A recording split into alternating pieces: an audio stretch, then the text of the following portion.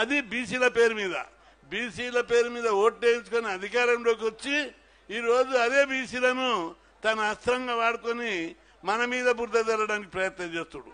ఆయన ప్రవర్తన మీరు ఈ రిజర్వేషన్ల విషయంలో మొదటి నుంచి అబ్జర్వ్ చేయండి ఎట్లా చేస్తున్నాడు. ఈ ప్రచారాన్ని మనం తిప్పికొట్టాలి. ఎందుకంటే ఆయన మొదట రాగానే ఎన్నికల గెలవందడే నెల లోపల లోకల్ బాడీ ఎన్నికలు అన్నాడు. అట్లా పెడతావు రిజర్వేషన్లు పెంచానని బీసీ సంఘాలన్నీ గట్టిగా అరిచినాయి. అప్పుడు లేట్ చేసి చట్టం చేసి పెడతానని చెప్పాడు. చట్టం చేశాడు. రాజ్యాంగం ప్రకారం ఏముంది తెలుసా? మనందరికీ స్థానిక సంస్థల ఎన్నికలను ఎవరు నిర్వహిస్తాడు? రాష్ట్ర ప్రభుత్వం నిర్వహిస్తుంది. అసెంబ్లీ పార్లమెంట్ ఏమో కేంద్రం నిర్వహిస్తుంది. ఆ స్థానిక సంస్థలను రాష్ట్రం నిర్వహిస్తుంది. మొత్తం ఫుల్ పవర్స్ అన్ని రాష్ట్రంలోని కాంగ్రెస్ ప్రభుత్వానికే ఉన్నాయి. రాజ్యాంగంలోని 243 D6 ప్రకారము ఇది తెలవాలా మీకు? ఊళ్ళల్లా గోబెల్స్ ప్రచారం జరుగుతుంది. దాన్ని తిప్పికొట్టవలసిన అవసరం ఉంది. చేతగాక బీసీలకు మేలు చేయొద్దనే కుట్రతోటి ఈ ప్రచారాన్ని పెడుతున్నారు. కాబట్టి ప్రతి బీజేపీ నాయకుడు కార్యకర్త దీన్ని తిప్పికొట్టి వాళ్ళని ఎండగట్టవలసిన బాధ్యత మన మీద ఉందని చెప్పి, వాస్తవాలు ప్రజలకు చెప్పవలసిన బాధ్యత ఉందని చెప్పి ఈ సందర్భం కూడా రాజ్యాంగంలో 243 D6 ప్రకారం బీసీ రిజర్వేషన్లను నిర్ణయించే అధికారము రాష్ట్ర ప్రభుత్వానికి ఉంది. అట్లా చేస్తూ ఇంతవరకు అందరు చెప్పారు మన మిత్రులు, ఎమ్మెల్యేలు, ఎంపీలు. ఆ విధంగా ఒక ప్రాసెస్ చేసాడు. అడుగున ఎక్కడ కూడా ఆయన చిత్తశుద్ధి లేదు. బిల్లు పాస్ చేసినప్పుడు కానీ దాని తర్వాత ఆమోదించడానికి చేసినటువంటి ప్రాసెస్లో కానీ ఇంకెక్కడైనా ఆయన వీళ్ళకి పెంచాలి ఈ రిజర్వేషన్లని ఎక్కడన్నా మీకు చిత్తశుద్ధి అనిపించిందా? లేదు. పోస్టులు పంపించిండు, గవర్నర్ దగ్గరికి పంపించిండు, ఢిల్లీకి పంపించినా బీజేపీ ఒప్పుకుంటలేదు. బీజేపీకి వచ్చి నువ్వు బీజేపీ ఓపెన్ గా అసెంబ్లీలో సపోర్ట్ చేసిండు. మన నాయకులందరూ ఫ్లోర్ లీడర్లు అందరు ఎమ్మెల్యేలు ఉన్నారు. వాళ్ళందరూ మొత్తం అసెంబ్లీలో సపోర్ట్ చేస్తేనే బిల్లు పాస్ అయింది. అన్ని పార్టీలు సపోర్ట్ చేశాయి. అన్ని చేస్తే కూడా నీవు దానికి అనుగుణంగా ఎక్కడ కూడా చర్యలు తీసుకోలేదు. అడుగున ప్రచారంకే ప్రాధాన్యత ఇస్తుడు. దీని మీద బురద చల్లాలి, దీని మీద కేంద్రం చేయాలి, కేంద్ర ప్రభుత్వం చేయాలి. బీజేపీ వాళ్ళు అడ్డుకుంటున్నాం. మేము అడ్డుకునికి ఏం గోడలు పెట్టాం లేక పరద కట్టినాం. నువ్వు చేయడానికి నీకు చేతగాక నీకు తెలియదా ఎట్లా చేయాలనేది తెలియదా? పక్కన తమిళనాడు ఎట్లా చేసిర్రు, బీహార్ ఎట్లా చేసిర్రు, మధ్యప్రదేశ్ ఎట్లా చేసిర్రు, దానికి తగ్గట్టు మనం ఎట్లా చేయాలనేటువంటి విధానమే నీవు పాటించలేదు. ఆ ప్రక్రియనే నీవు పాటించకుండా కేవలము పార్టీని బ్లేమ్ చేసేటటువంటి ప్రోగ్రాం పెట్టాడు. దీన్ని మనమందరం తిప్పికొట్టవలసిన అవసరం ఉంది. ఎందుకంటే బీజేపీ పార్టీ బలమైన పార్టీ. తెలంగాణలో ఎవ్వరు కూడా 2028 లోపల ఆ పార్టీని ఆపలేరు. అధికారంలోకి వస్తుందని ఆయనకి ఇంటెలిజెంట్ రిపోర్ట్లు ఉన్నాయి. పల్లెకు ఇంటికి బీజేపీ జెండా ఎగురుతున్నది. గ్రామాలకు పోయింది. ఎంపీ అప్పుడు 8కి 8 వచ్చేసినాయి, సగానికి సగం వచ్చినాయి. ఈసారి 100కి పైగా అసెంబ్లీ సీట్లు వస్తాయని చెప్పి ఇంటెలిజెంట్ రిపోర్ట్ ఇచ్చినట్టు పోలీస్ ఆఫీసర్ నాకు చెప్తున్నాడు. పదే సర్వే చేపిస్తున్నాడు. చేపించి బీజేపీ వచ్చేటట్టు ఉంది, దీన్ని ఎట్లా అరికట్టాలని కుట్రపూరితంగా కేంద్రం డైరెక్షన్లలో వాళ్ళు చేస్తున్నారు. మీరు అందరూ ఒకటి గుర్తుపెట్టుకోవాలి. ఆయనకు బీసీ వ్యతిరేకంగా ఉన్నటువంటి ఘట్టాలను మనం తిప్పికొట్టాలి. ఆయన మంత్రివర్గం 42కు బీజేపీ అడ్డు. నీ మంత్రివర్గంలో 42% మంత్రులను ఇవ్వనీకే బీజేపీ అడ్డుకుంటుందా? నీకే ఉంది కదా ఛాన్స్. ఇంకొక 4 మంత్రులను బీసీలను ఎందుకు నియమించలేకపోయావు? నీ చేతిలో నీ అడుగుల ఆలోచనలో బీసీ వ్యతిరేకత ఉంది. అదే కాదు, మీరు 1-2 పాయింట్లు కూడా గుర్తుపెట్టుకొని ప్రచారంలో తిప్పికొట్టాలి. కార్పొరేషన్ చైర్మన్ 60 మందినో ఎంతమంది నియమించాడు. అందులో 20%, 40% కాదు 20% కూడా బీసీలకు ఇవ్వలేదు. అక్కడ అడుగున బీసీలకు అన్యాయం చేశాడు. అంతేకాదు, మొన్నటికి మొన్న ఒకటి తాజా ఉదాహరణ, ఇన్ఫర్మేషన్ కమిషనర్లను 5 మందిని నియమించాడు. అది ఓన్లీ నామినేటెడ్ పోస్టులు. అందులో ఒక్క బీసీని కూడా నియమించలేదు. నీ 42% వాగ్దానం ఎక్కడ పోయింది? నీకు 2 కోట్ల మంది బీసీలలో ఒక్క ఇన్ఫర్మేషన్ కమిషనర్ కూడా దొరకలేదా? ఇది పచ్చి బీసీ వ్యతిరేక చర్యే కాదా అని మేమందరం అడుగుతున్నాం. అదే కాదు, మీరు చివరికి ఎంత దుర్మార్గానికి ఒడిగట్టిందంటే మన పిల్లలు చదువుకుంటుంటే ఓర్వలేకపోతున్నారు. మన పిల్లలు ఇంజనీరింగ్ ఎన్నో కొట్లాటలు చేసి ఎన్నో ఉద్యమాలు చేసి మనం ఫీజు రియంబర్స్మెంట్ పెట్టించుకున్నాం. ఇప్పుడు ఆయన ఏం చేస్తుండు, వచ్చిన తర్వాత ఒక మీటింగ్లో మాట్లాడుతూ ఈరోజు గుడిసెలు ఉన్నోళ్ళు ఇంటింటికి డిగ్రీలు పీజీలు చేసిర్రు, బీసీలు బాగా చదువుకున్నారు. ఆయన కాన్ఫిడెన్షియల్ మీటింగ్లో మాట్లాడుకుంటూ అన్నాడంట. అందుకే బీసీలతో జాగ్రత్తగా ఉండాలి, ఆ చైతన్యం ఉన్నదని చెప్పి.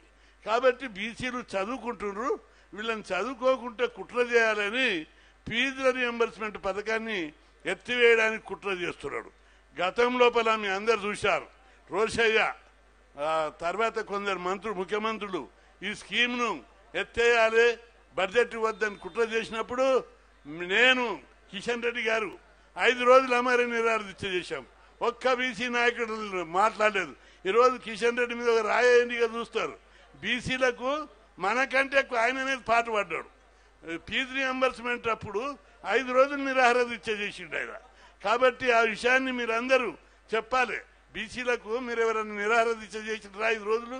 కిషన్ రెడ్డి 5 రోజులు చేసిండు.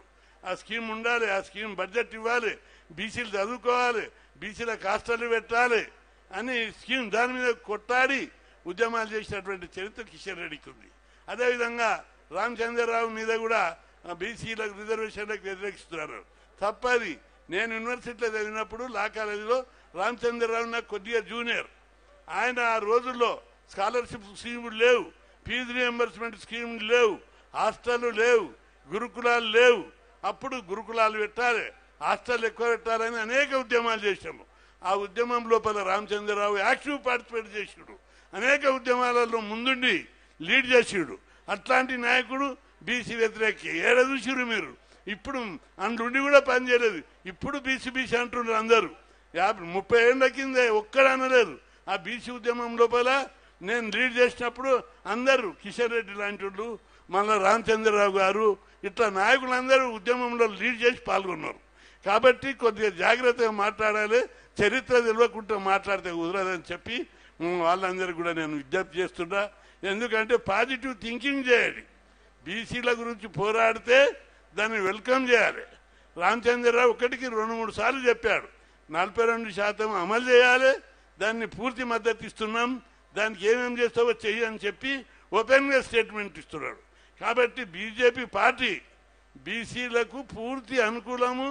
కాంగ్రెస్ పార్టీ మీ అందరికీ ఒకటి సవాల్ చేస్తున్నా. దాదాపు మీరు 50 ఏళ్ళ నుంచి పైగా ఈ దేశాన్ని పరిపాలించారు. మీరు ఎప్పుడన్నా బీసీని ప్రధానమంత్రి చేశారా? చేయలేదు. ఎప్పుడు కూడా బీసీని ప్రధానమంత్రి చేయలేదు. 2 సార్లు అవకాశం కూడా ఉండే మీకు. నెహ్రూ ఫ్యామిలీ నుంచి బయటకు వచ్చి వేరే వాళ్ళకి ఇచ్చారు. అప్పుడన్నా ఒక బీసీని చేయాలనే ఆలోచన మీకు ఉన్నదా అని అడుగుతున్నా. పోనీ మీ 76 ఏళ్ల పరిపాలన లోపల ఎప్పుడన్నా కులగణన చేయాలని ఏ పార్టీ? ఎందుకంటే ఈ పాయింట్ గుర్తుపెట్టుకొని మీరు తిప్పికొట్టడానికి చెప్తున్నా, పాయింట్ వైదే చెప్తున్నా. కులగణన బ్రిటిష్ వాళ్ళు చేసిరు. ఎప్పుడు? 95 ఏళ్ల కింద చేసిరు. ఆ తర్వాత మనం అనేక సార్లు ధర్నాలు చేసినాం, ఉద్యమాలు చేసినాం, ప్రధానమంత్రులతో చర్చలు జరిపినాం, హైకోర్టు సుప్రీంకోర్టులో కేసులు వేసినాం. కానీ ఏ ప్రభుత్వం పట్టించుకోలేదు.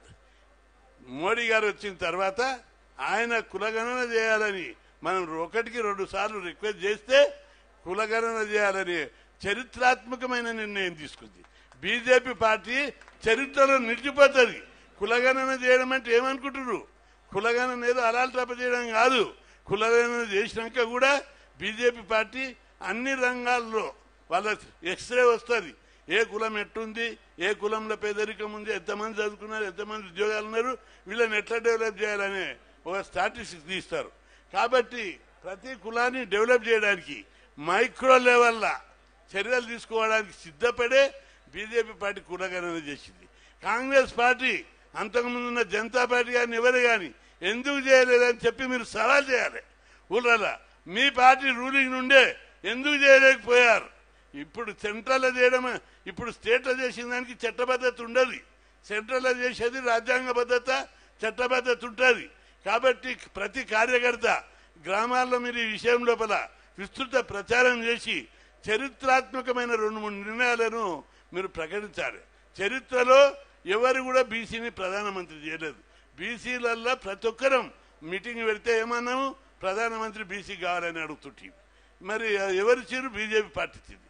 ఒక ప్రధానే కాదు, పార్టీ మీద మీరు మంచిగా ప్రచారం చేయాలి. పేరుకు బీజేపీ పార్టీ ఈరోజు ఎస్సీ ఎస్టీ బీసీలు మొత్తం రాష్ట్రపతి ఒక గిరిజన మహిళకి ఇచ్చారు, సుప్రీంకోర్టు చీఫ్ జస్టిస్ ఒక దళితునికి ఇచ్చారు. అంటే ఎవరు కూడా ఎవరన్నా అగ్రకులాలు ఉన్నారా, మొత్తం బీసీ ఎస్సీ ఎస్టీలకు ఇచ్చారు. ఈ విషయాన్ని మీరు అట్టడు విలేజ్లకు తీసుకుపోయి ఈ రేవంత్ రెడ్డిని ఎండగట్టాలి. నాయనా నువ్వేమో మంత్రివర్గంలు ఇవ్వవు, ఇన్ఫర్మేషన్ కమిషన్లు ఇవ్వవు, చైర్మన్లు ఇవ్వవు, బడ్జెట్ ఇవ్వవు, ఏమి ఇవ్వకుండా మమ్మల్ని మీద బురద తల్తావా? ఖబర్దార్, ఊళ్ళలో తిరగనీయం. మాకు మొదలు ముఖ్యమంత్రి పదవి ఇవ్వక మీరు ఇప్పటికీ 28-30 మంది ముఖ్యమంత్రులను చేశారు. ఉమ్మడి రాష్ట్రము సపరేట్రా. కానీ ఒక్కసారైనా బీసీలకు ముఖ్యమంత్రి పదవి ఇచ్చారా? బీసీ అయినందుకే గతంలో 2-3 అవకాశం వస్తే కూడా ముఖ్యమంత్రి పదవి ఇవ్వలేదు, పక్కకు పెట్టేశారు. ఇట్లా ఆది నుంచి మొత్తం బీసీ వ్యతిరేక చర్యలకు పాల్పడ్డాం. ఈరోజు బీసీల మీద ఈ మూమెంట్ వచ్చింది. ఇక్కడ బీజేపీ తనకపోతే రాష్ట్రాన్ని మొత్తం కబ్జా పెట్టేది బీజేపీ. ఇక్కడ మీరు అందరూ కూడా గమనించాలి, ప్రచారం లోపల ఊళ్ళల్లో ప్రచారం చేసేటప్పుడు ఇప్పుడు ఈ రాష్ట్రం దివాలా తీసింది.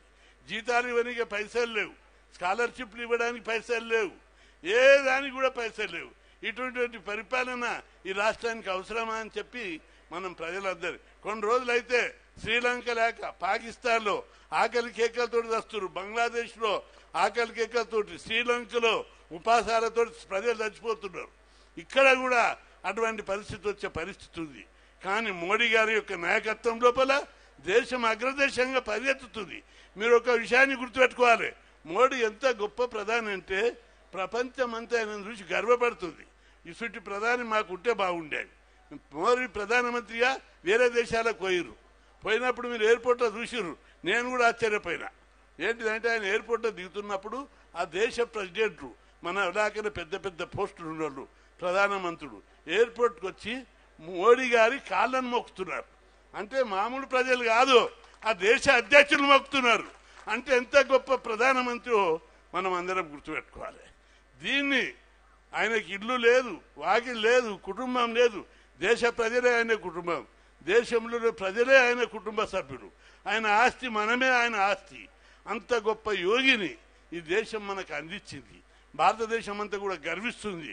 ప్రపంచ దేశాల్లో ఒకప్పుడు 50వ దేశంగా పేద దేశాల పక్కన ఉన్న భారతదేశం ఈరోజు మోడీ వచ్చిన తర్వాత 10-12 కాడ ఉంటే 4కి దిగింది, 4 నుంచి 3వ దేశంగా అగ్రదేశాల సత్సన అవుతుంది. జపాన్ పక్కకు పెట్టేసినాం, జర్మనీ కూడా తొందరలో పక్కకు పెడతాం, 3వ అగ్రరాజ్యంగా భారతదేశం వస్తుంది. ఇంత ఈ దేశం లోపల సంపద ఉత్పత్తి చేయాలి, మానవ వనరులను సద్వినియోగం చేసుకోవాలి, దేశ సంపదను ప్రజలందరికీ సమానంగా పంచాలి, ప్రతి ఒక్కరిని డెవలప్ చేయాలి, ప్రతి ఒక్కరు సుఖంగా ఉండాలి. బీజేపీ సిద్ధాంతం ఏంటిది? సర్వే జన సుఖినో భవంతు. అంతేకాదు ఈ దేశ సనాతన సాంప్రదాయం లోపల అడుగడుగున ఓంకారనాదంతో పుట్టినప్పుడు ఈ దేశంలో ఏమన్నారు? లోక సమస్త సుఖినో భవంతు. ఈ విధంగా ఈ దేశం లోపల విశ్వమానవ కళ్యాణం కోసం ప్రజలందరూ సుఖంగా ఉండాలని, ఈ జాతి సుభిక్షంగా ఉండాలని కోరినటువంటి భారతదేశం ఈరోజు గొప్ప నాయకుని ఆధ్వర్యం లోపల భారతదేశం అగ్రదేశం కాబోతుంది. మీరు రేవంత్ రెడ్డి బీజేపీ మీద చేసే ప్రచారాన్ని, ఆయనకు మంత్రులు ఉన్నారు, వాళ్ళందరితోటి ఒకే అబద్ధాన్ని 10 సార్లు 10 మందితోటే అనిపిస్తున్నాడు, మనలతో కూడా అనిపిస్తాడు. మనం అందరం తిప్పుకొట్టాలి. వాస్తవాలు ఇప్పటిదాకా చెప్పిన ఆయన ఎన్ని వ్యతిరేక చర్యలు ఉన్నాయి. మోడీ గారు ఎంత బీసీలకు అనుకూలంగా చేస్తున్నారు. విశ్వకర్మ యోజన, ప్రధానమంత్రి విశ్వకర్మ యోజన కింద కొన్ని లక్షల కోట్ల రూపాయలు కేటాయించాడు. అదేవిధంగా ఇంతకు మొదలు రాజేందర్ చెప్పినట్టు 27 మంది మంత్రులు, జాతీయ బీసీ కమిషన్కు రాజ్యాంగబద్ధత, బీసీలను కేంద్రం లోపల ఏబిసిడి వర్గీకరణ, ఇట్లా చాలా విప్లవాత్మకమైన కులగణన, ఇవన్నీ చరిత్రను నిలిచిపెట్టి మాట చెప్పలేదు, ప్రాక్టికల్గా చూపెడుతున్నాడు. కాబట్టి కొన్ని రోజుల లోపల పేదరికం లేని, దరిద్రం లేని, నిరుద్యోగం లేని, ఆకలి లేని దేశంగా భారతదేశం అభివృద్ధి చెందుతుంది. ఆ దేశం ఈ దేశానికి యోగి లాంటి గొప్ప మహానుభావుడు సత్పురుషుడు యోగి. ఎందుకంటే భగవద్గీతలో ఒక శ్లోకం ఉంది, యద్దా దాచరతి శిష్ట తత్తా దేవతరో జన సయత్ ప్రమాణం కృతే లోకస్తదనువర్తతే. అంటే యజమాని ఎట్టుంటే సమాజం అట్టుంటది, రాజు ఎట్లుంటే యదా రాజా తదా ప్రజ. అట్లా ప్రధానమంత్రి గొప్పవాడు కావడం వల్ల ఈ దేశంలో